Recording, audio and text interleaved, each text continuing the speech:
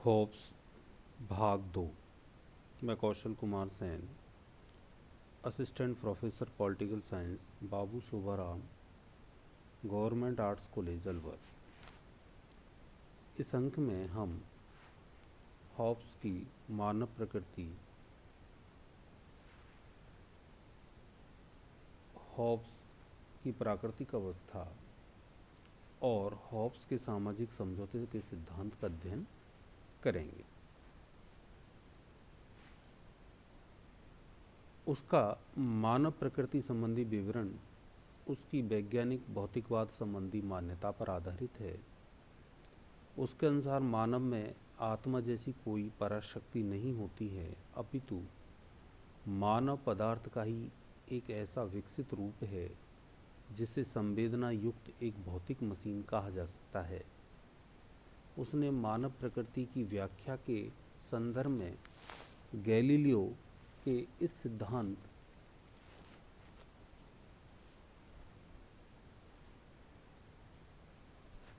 की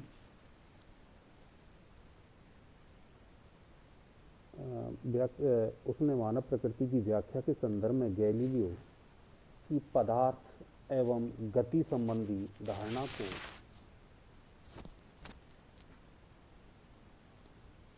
तथा William Harvey की हृदय संबंधी धारणा को अपना आधार बनाया है।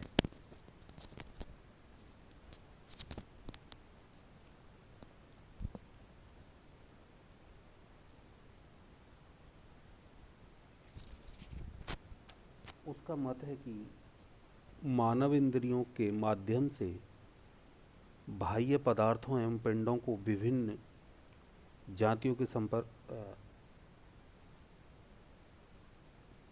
उसका मत है कि मानव इंद्रियों के माध्यम से बाह्य पदार्थों एवं पिंडों की विभिन्न गतियों के संपर्क में आता है। ये गतियाँ इंद्रियों के रास्ते से मानव हृदय तक जाती हैं और वहाँ संवेदना का रूप ले लेती हैं। जब बाह्य पदार्थों की ये गतियाँ मानव हृदय की विशिष्ट गति से मेल खाती हैं तो मानव में उस पदार्थ के प्रति आकर्षण उत्पन्न होता है, किंतु जब बाह्य पदार्थों की गति हृदय की विशिष्ट गति से मेल नहीं खाती है तो मानव उस पदार्थ के प्रति अरुचि एवं विरोध उत्पन्न करता है। हॉब्स के अनुसार मानव हृदय की विशिष्ट गति ही जीवन जीने की तीव्र अभिलाषा है और यही मानव प्रकृति का केंद्रीय तत्व एवं लक्षण है। देखिए, हॉब्स ने वैज्ञानिक भौतिकवाद के सिद्धांत के आधार पर अपने मानव स्वभाव संबंधी अवधारणा का प्रतिपादन किया है। हॉब्स के वैज्ञानिक भौतिकवाद के अंतर्गत हमने पढ़ा था कि हॉब्स ने गैलीलियो के पिंडों की गति के सिद्धांत को स्वीकार किया था। उन्होंने कहा कि प्रत्येक पदार्थ, जैसे गैलीलियो ने कहा कि प्रत्येक पदार्थ छोटे छोटे कणों से मिलकर बना होता है और उन कणों से मिलकर किसी एक पदार्थ का निर्माण होता है। तो प्रत्येक कण की अपनी गति होती है, इसलिए प्रत्येक पदार्थ की भी अपनी गति होती है। और ये उन्होंने अपनी व्याख्या के अंतर्गत समझाने का प्रयास किया। दूसरा, उन्होंने विलियम हार्वे के रक्त परिसंचरण तंत्र से इस बात को स्वीकार किया कि हृदय, मनुष्य का जो हृदय है वह भी विभिन्न विशिष्ट प्रकार की संवेदना युक्त मशीन है, अर्थात वह भी विशेष प्रकार के कणों से मिलकर बना होता है और उसकी भी एक अपनी गति होती है। तो हॉब्स ने वैज्ञानिक भौतिकवाद के अंतर्गत समझाया कि प्रत्येक पदार्थ अपनी निश्चित जो उसकी खुद की गति है उसे वो सामान्य गति कहता है, लेकिन ये गतियाँ स्वतंत्र नहीं होती, अर्थात एक पदार्थ की गति दूसरे पदार्थ की गति को प्रभावित करती है। तो इस प्रकार जितने भी पदार्थ हैं उनकी गतियाँ आपस में एक दूसरे को प्रभावित करती हैं, तो उनकी सामान्य गति तो खत्म हो जाती है और एक दूसरे को प्रभावित करने के कारण उनकी विशिष्ट गति का निर्माण होता है। और प्रत्येक पदार्थ की विशिष्ट गति का मूल उद्देश्य होता है अपने आप को सुरक्षित रखना। इसी प्रकार उन्होंने बताने का प्रयास किया है कि मनुष्य भी एक विभिन्न प्रकार के कणों से मिलकर बना होता है और वह भी एक संवेदना युक्त मशीन है अतः उसके अंदर हृदय है, वह भी विशेष प्रकार के कणों से मिलके बना है, उसकी भी अपनी विशिष्ट गति है। और वो विशिष्ट गति क्या है कि जीवन की अभिलाषा, अर्थात अपने आप को जीवित रखने की आकांक्षा। हॉब्स ने समझाने का प्रयास किया है कि वैज्ञानिक भौतिकवाद के अंतर्गत कि विभिन्न पदार्थों की गतियाँ इंद्रियों के माध्यम से मनुष्य की हृदय की गति तक जाती हैं, और जो जिन पदार्थों की विशिष्ट गति हृदय की विशिष्ट गति से मेल खाती है, तो हृदय उन वस्तुओं को तो अच्छा समझता है, और जिन पदार्थों की विशिष्ट गति हृदय की विशिष्ट गति से मेल नहीं खाती है, उन पदार्थों को हृदय अच्छा नहीं मानता है, अर्थात अरुचिकर मानता है, उनसे दूर हटता है। ये ही उनके मानव स्वभाव की व्याख्या करने का प्रयास किया कि मनुष्य स्वार्थी है, और जो चीज़ें उसके लिए योगदान देती हैं वो तो अच्छी हैं, और जो योगदान नहीं देती वो बुरी हैं। हॉब्स ने वैज्ञानिक भौतिकवाद के आधार पर मानव स्वभाव के बारे में निम्न निष्कर्ष प्रस्तुत किए हैं। पहला, बाह्य जगत के प्रति मानव दृष्टिकोण का आधार। उन्होंने बताने का प्रयास किया कि मानव एक संवेदना युक्त भौतिक मशीन है। वह अपनी इंद्रियों के माध्यम से बाह्य जगत के संपर्क में आता है, और गति के नियमों के अनुसार मानव के हृदय में जो संवेदनाएं जागृत होती हैं, उनके अनुसार ही बाह्य जगत के प्रति मानव की प्रतिक्रिया होती है। दूसरा, उन्होंने बताया कि नैतिकता का मापदंड स्वयं मानव है। उसके अनुसार नैतिकता का आधार ईश्वरीय सत्ता या धर्मशास्त्र नहीं है, जैसा कि मध्ययुगीन चिंतन में माना गया, अपितु स्वयं मानव है। जब किसी वस्तु की गति मानव हृदय की गति के अनुकूल होती है, तो मानव उस वस्तु को अच्छा कहते हैं, और जब वस्तु की गति मानव के हृदय की गति के प्रतिकूल होती है, तो मानव उस वस्तु को बुरा कहता है। इस प्रकार वस्तुएं स्वयं में अच्छी या बुरी नहीं होती, उन्हें अच्छा या बुरा सिद्ध करने वाली चीज़ स्वयं मानव का हृदय एवं उसकी संवेदनाएं हैं। इस प्रकार नैतिकता का मापदंड स्वयं मानव है। तीसरा, मानव मनोविज्ञान का मूल तत्व आत्मरक्षण है। मानव केवल उन वस्तुओं एवं उन बाह्य परिस्थितियों को पसंद करता है जिनकी गति उसके हृदय की गति के अनुकूल होती है। हॉब्स के अनुसार यही मानव मनोविज्ञान का मूल तत्व है, और इसे वह आत्मरक्षण की प्रवृत्ति कहता है। प्रत्येक मनुष्य अपनी इस आत्मरक्षण की मूल प्रवृत्ति को केंद्र बनाकर ही स्वयं को ही सबसे अधिक प्रेम करता है, और स्वयं स्वार्थी व अहंकारी होता है, तथा अन्यों के प्रति आक्रामक और छली होता है, प्रतिद्वंद्विता का व्यवहार करता है। चौथा है, सभी मानव समान हैं। सभी मानवों की मूल प्रवृत्ति आत्मरक्षण है, और वे इसे केंद्र बनाकर ही अपनी प्रतिक्रियाएं करते हैं। अतः हॉब्स सभी मानवों को मूलतः समान मानता है। पांचवा है, मानव में विवेक का तत्व है। हॉब्स के अनुसार जहाँ मानव में विभिन्न मनोवेग होते हैं, वहाँ ही उसमें विवेक का तत्व भी होता है। सभी मनोवेगों का आधार आत्मरक्षा की मूल प्रवृत्ति है, और यही प्रवृत्ति विवेक को भी पैदा करती है। आत्मरक्षा की प्रवृत्ति के कारण मानव सदैव भय की स्थिति में रहता है, तथा तब उसमें यह भावना पैदा होती है कि आत्मरक्षा के लिए शांति व व्यवस्था आवश्यक है। हॉब्स मानव की इस भावना को ही विवेक कहता है। उसके अनुसार विवेक का तत्व मानव को शांति व व्यवस्था की आवश्यकता से तो परिचित कराता है, किंतु मानवीय विवेक इस दृष्टि से मानव की विभिन्न भावनाओं को नियंत्रित करने में समर्थ नहीं होता है।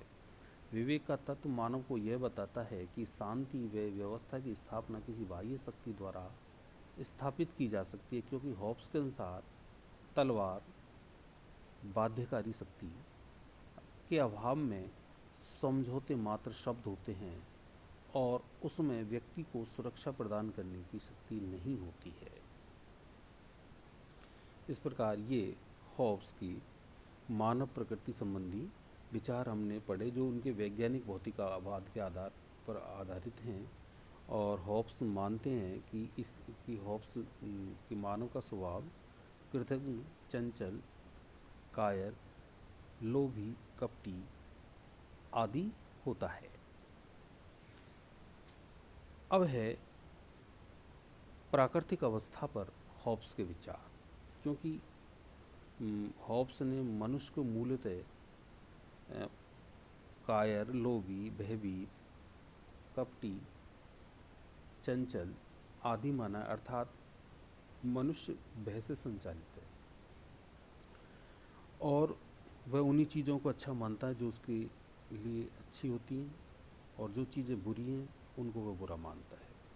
तो मनुष्य की इस भयभीत स्थिति के कारण ही जो प्राकृतिक अवस्था थी उसमें आपस में संघर्ष था। लोग अपनी आत्मरक्षा के लिए परस्पर एक दूसरे से युद्ध में थी। तो जो हॉब्स ने अपनी प्राकृतिक अवस्था का वर्णन किया है वह सतत संघर्षमयी अवस्था के रूप में किया है। तो प्राकृतिक अवस्था के हॉब्स के विचारों को हम कुछ बिंदुओं के अंतर्गत अध्ययन करते हैं, जिनमें पहला कि प्राक सामाजिक व प्राक राजनीतिक अवस्था। हॉब्स के वैज्ञानिक भौतिकवाद के अनुसार मानव मूलतः स्वार्थी एवं अहंकारी प्राणी है तथा आत्मरक्षा के लिए वह एक और अन्य मानवों को अन्य मानवों से भयभीत रहता है और दूसरी ओर शक्ति संग्रह के लिए निरंतर प्रयत्नशील रहता है। इस दृष्टि से सभी मानव समान है, किंतु यह एक ऐसी समानता है जिसके कारण प्रकृति की अवस्था में समाज नहीं पाया जाता है। अतः हॉब्स के अनुसार प्रकृति की अवस्था प्राक सामाजिक थी, अर्थात प्रकृति की अवस्था में समाज नहीं था। समाज के अभाव में राज्य की स्थापना भी नहीं हो सकती थी। अतः प्रकृति की अवस्था प्राक राजनीतिक भी थी, अर्थात राज्य भी नहीं था। तो प्राकृतिक अवस्था में राज्य और समाज जैसी संस्थाएं नहीं थी। लोग शक्ति अर्जन की भावना से प्रेरित थे और अपने आप को सुरक्षित रखने के लिए अधिकाधिक शक्ति अर्जित कर रहे थे, जिसके कारण तनाव और संघर्ष की स्थिति व्याप्त थी। दूसरा है तनाव, निरंतर तनाव, संघर्ष तथा युद्ध की स्थिति। हॉब्स के अनुसार मानव की मूल प्रवृत्ति आत्मरक्षा करने की है और इस प्रवृत्ति को केंद्र बनाकर ही प्रत्येक मानव अन्यों के प्रति व्यवहार करता है।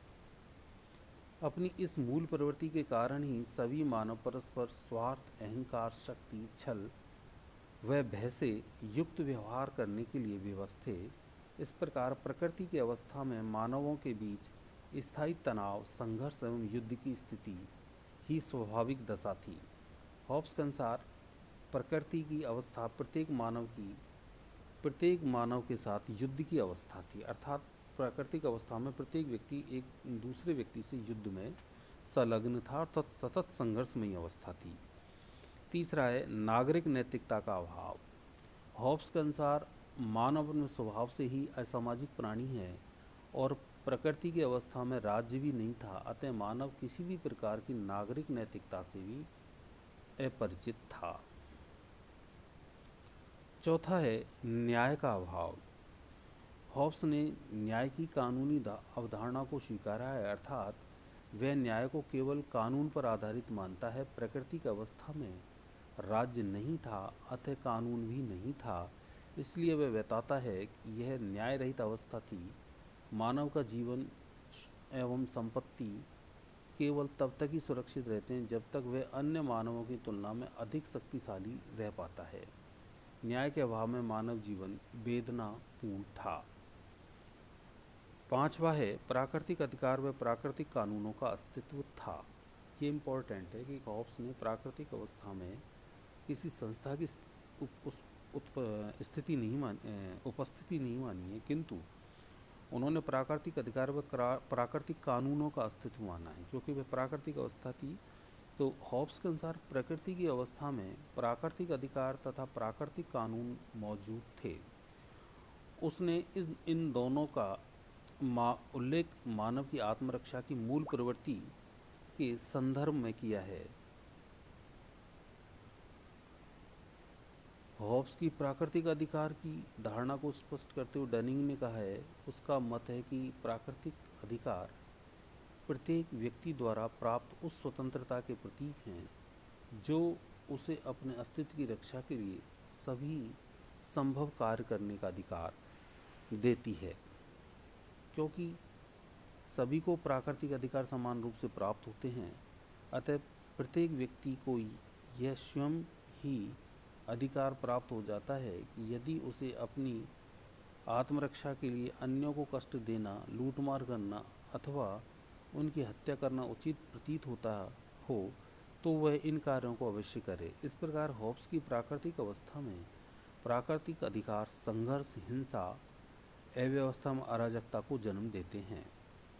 हॉब्स के राजनीतिक चिंतन में प्राकृतिक कानून की धारणा प्राकृतिक अधिकार को उत्पन्न प्राकृतिक अधिकार से उत्पन्न उपरोक्त अतिवाद तथा अराजकता को रोकने का एक साधन है।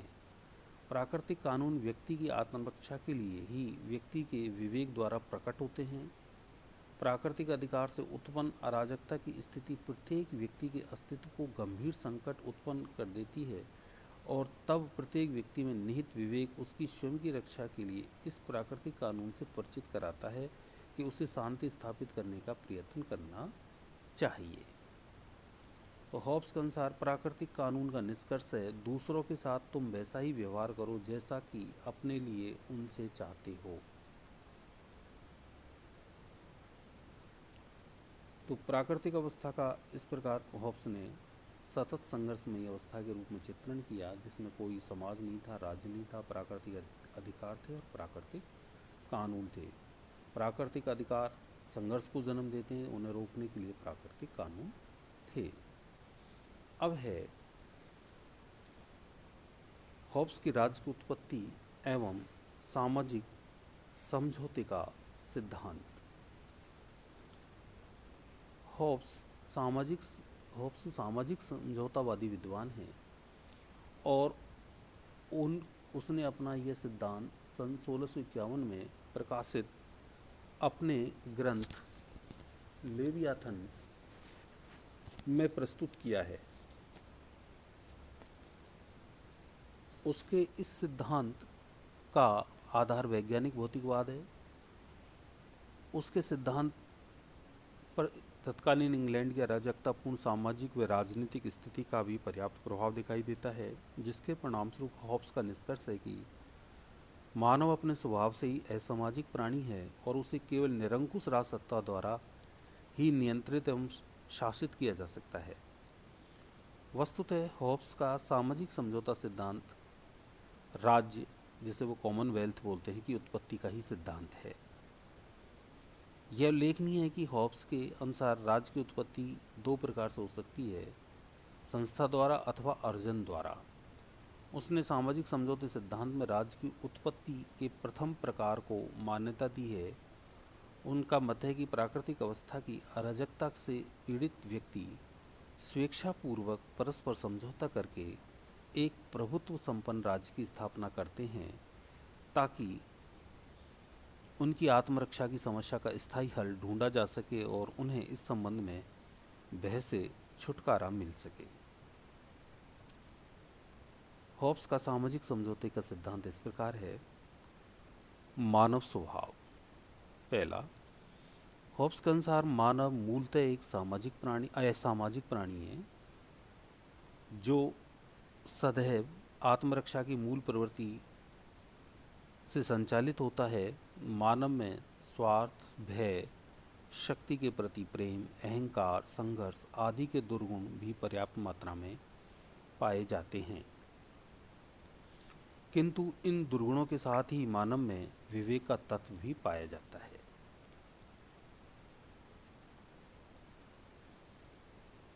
दूसरा है प्राकृतिक अवस्था।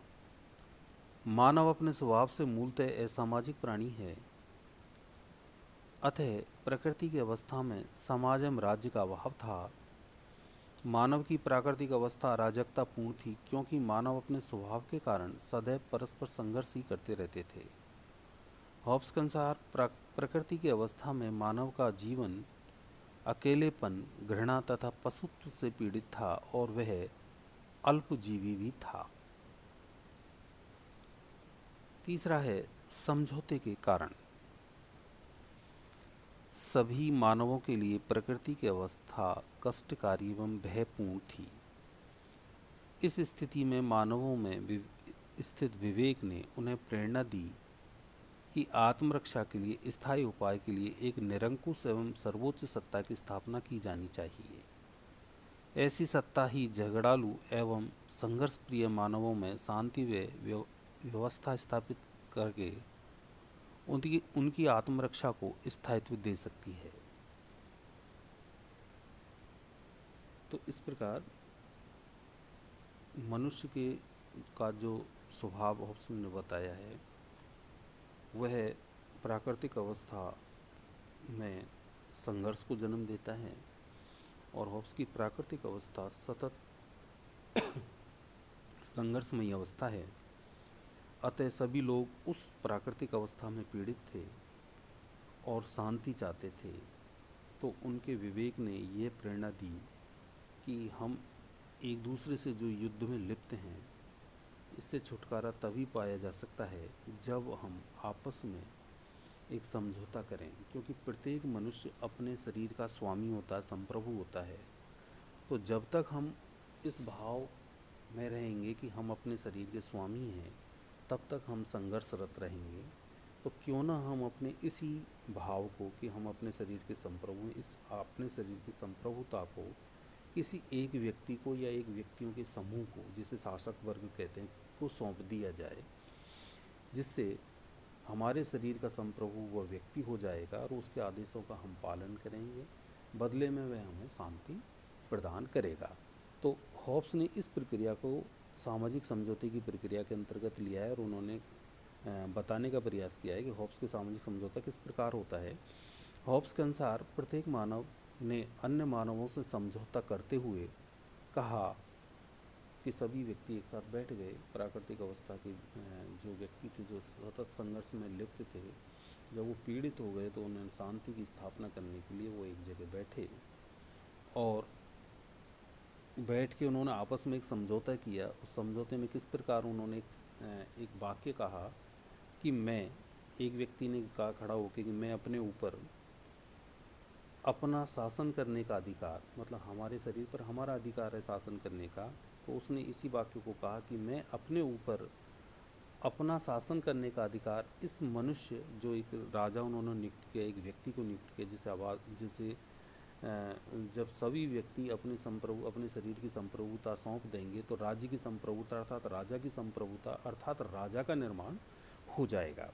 तो उसके लिए कहा कि मैं अपने ऊपर, प्रत्येक व्यक्ति कहता है कि मैं अपने ऊपर शासन करने का अधिकार इस मनुष्य को अर्थात राजा को या इस मनुष्य समूह को अर्थात शासक वर्ग को सौंपता हूँ, किंतु शर्त यह है कि तुम सभी अपने इस अधिकार को मेरी तरह ही इस मनुष्य को या इस मनुष्य समूह को सौंप दो और मेरे समान इसके प्रत्येक कार्य का समर्थन करो। इस प्रकार प्रत्येक व्यक्ति ने अपने शरीर की संप्रभुता को राजा को सौंप दी और एक निरंकुश राजतंत्र की स्थापना हुई। समझौते द्वारा स्थापित राजनीतिक अवस्था। पहला, इस समझौते से निरंकुश राजतंत्र की स्थापना होती है। समझौते द्वारा एक ऐसे राजतंत्र की स्थापना होती है जो सत्ता की दृष्टि से निरंकुश व सर्वोच्च है। दूसरा है कानूनी प्रभुसत्ता की स्थापना। हॉब्स ने प्रभुसत्ता को अदेय व अविभाज्य माना है। राजा के आदेश ही कानून है, वह व्यक्ति को उसके विरोध करने का अधिकार नहीं देता है। हॉब्स के अनुसार व्यक्ति को केवल वही अधिकार प्राप्त हैं जो राजा उन्हें सौंपता है। इस प्रकार हॉब्स ने अधिकारों का कानूनी सिद्धांत स्वीकार किया, अर्थात संप्रभुता का कानूनी सिद्धांत होता है कि जो संप्रभु कह देता है वही कानून है और लोगों को उस आदेशों का पालन करना चाहिए। तीसरा है समाज, राज्य व शासन में अंतर नहीं। हॉब्स ने समाज, राज्य व शासन में अंतर नहीं किया है। समझौते के द्वारा प्रत्यक्ष रूप से शासन की स्थापना होती है, किंतु इसके साथ ही स्वतः ही राज्य व समाज की स्थापना हो जाती है। अतः हॉब्स राजा के विरोध को समाज व राज्य का भी विरोध मानता है।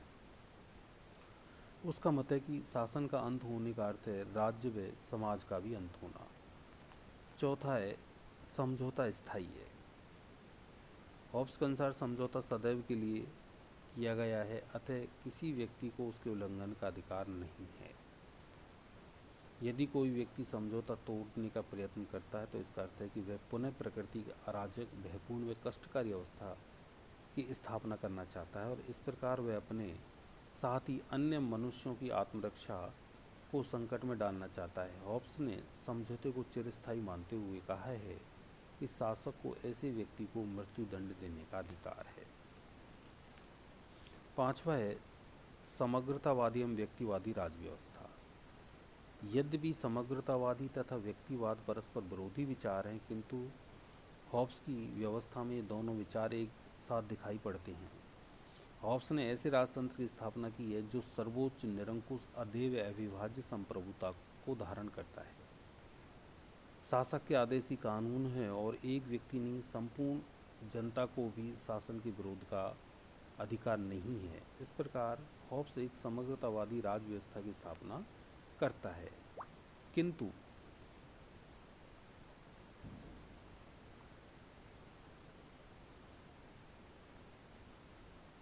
इसके साथ ही हॉब्स की राज व्यवस्था में कुछ ऐसे आधारभूत लक्षण भी हैं जो उसे व्यक्तिवादी सिद्ध करते हैं। उसने राज्य को एक कृत्रिम संस्था माना है और वह राज्य को एक ऐसा साधन मानता है जो व्यक्तियों को प्राकृतिक अवस्था के भयपूर्ण एवं कष्टकारी जीवन से मुक्ति दिलाकर उन्हें सुरक्षा प्रदान करता है।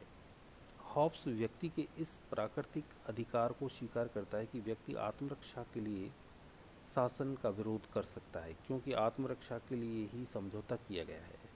हॉब्स के अनुसार संप्रभु के प्रति नागरिकों की भक्ति तब तक है और केवल उस सीमा तक है जब तक कि संप्रभु उन्हें अपनी शक्ति द्वारा सुरक्षा प्रदान करने में समर्थ है।